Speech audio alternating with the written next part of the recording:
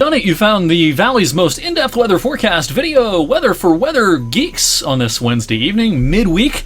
And we're in the middle of a little bit of a transition weather-wise. It was another hot day today. Not quite as hot as we thought it would be. The temperature has struggled to break 90 this week. We thought we'd have a few days in the 90s, but we stopped at 89 Monday and 88 today. What's a degree or two amongst friends, though, right? So, by all intents and purposes, it was a heat wave, even though the technical definition is 3 consecutive days with highs in the 90s in our part of the country. So, what a start to the month of September has been when you factor in both the high temperatures and the low temperatures each day. We're running over 4 degrees warmer than the average. But today probably closed the book on the possibility of 90s for 2023, and we finished the year probably with just 2. One in early June and one yesterday. The least or the fewest amount of 90s, I should say, since the summer of 2014 when we had 0 that summer. But this year we only registered 2. One at the beginning of summer, one technically in meteorological fall here in early September. So 90 was the highest temperature we saw this year, again, assuming we don't get any higher than this for the rest of this year. And, despite the hot weather we've had lately, it was not that hot of a summer overall. If the warmest it ever gets around here is 90 during a summer season, that's not a very hot summer. 94 was our highest temperature back in 2022. In the meantime, we have a cold front on the march. It's going to struggle to produce a whole lot tonight. A couple of showers approaching as of this recording a little after 7 o'clock. We actually had some thunderstorms earlier.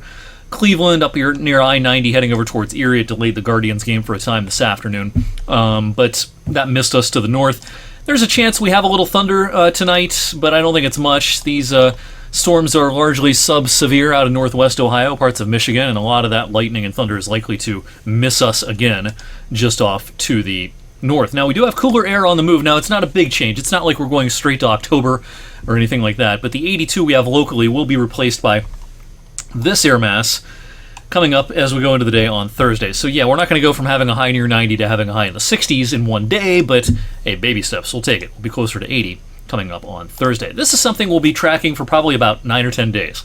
It's now Hurricane Lee. As of the 5 p.m. advisory, it became a Category 1 hurricane. It's getting its act together quickly, and conditions very favorable ahead of it.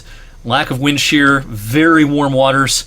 This is probably going to intensify rapidly over the next few days, becoming at least a Category 3, probably even a Category 4 over the next few days. Now, the eventual track of Lee when it comes to the U.S., there are some question marks, as you would expect at least a week out.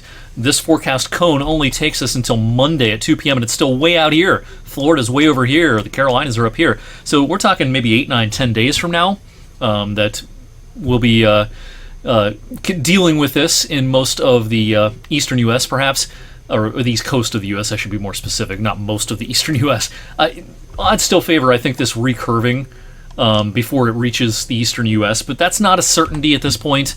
There are some models that open the door to the possibility that maybe the Carolinas, maybe up through the mid-Atlantic states, New England, might eventually be dealing with Lee, but again, it's going to be at least a week from right now. In the meantime, back here in eastern Ohio and western PA, our cold front passes to the east on Thursday. It's not going to be a huge change in the air mass. It's still going to be muggy on Thursday, but it's not going to be as hot. Clouds more numerous than previous days. Out of these clouds, occasionally there might be a shower. There's a small chance of thunder, but I don't think we're looking at a washout by any stretch. Same holds true for Friday and the weekend as well. Maybe there's a shower here and there. I think we'll probably drive for football Friday evening, but weekend, maybe a shower here and there, maybe a thunderstorm in the afternoon. I think there'll be more numerous raindrops setting up this weekend along the spine of the Appalachians. What we have going on this weekend is a trough of low pressure that is going to be kind of meandering over the lower Great Lakes into the northeast. You look at the jet stream level, and what we're talking about here is basically this dip right here.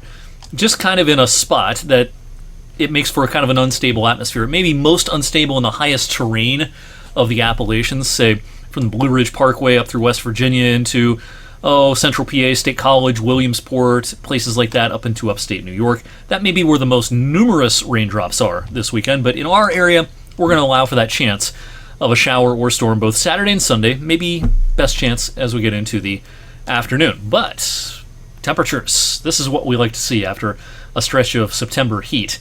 81 tomorrow, still above the average. We'll be right at average on Friday, and then mostly below average by a few degrees for highs Saturday, Sunday, and into early next week. We've got a cold front probably heading our way sometime Tuesday into Tuesday night, and that probably sends our temperatures back maybe no higher than the upper 60s to around 70 starting Wednesday, and maybe taking us through the tail end of next week. So, again, we're not going right into October by any stretch of the imagination, but mid-September will not resemble at all, it looks like, what we've been dealing with during the first 5 or 6 days of the month. Thank you for watching this Wednesday evening edition of Weather for Weather Geeks. Hope you'll tune in at the same time, in the same place, right back here on Thursday.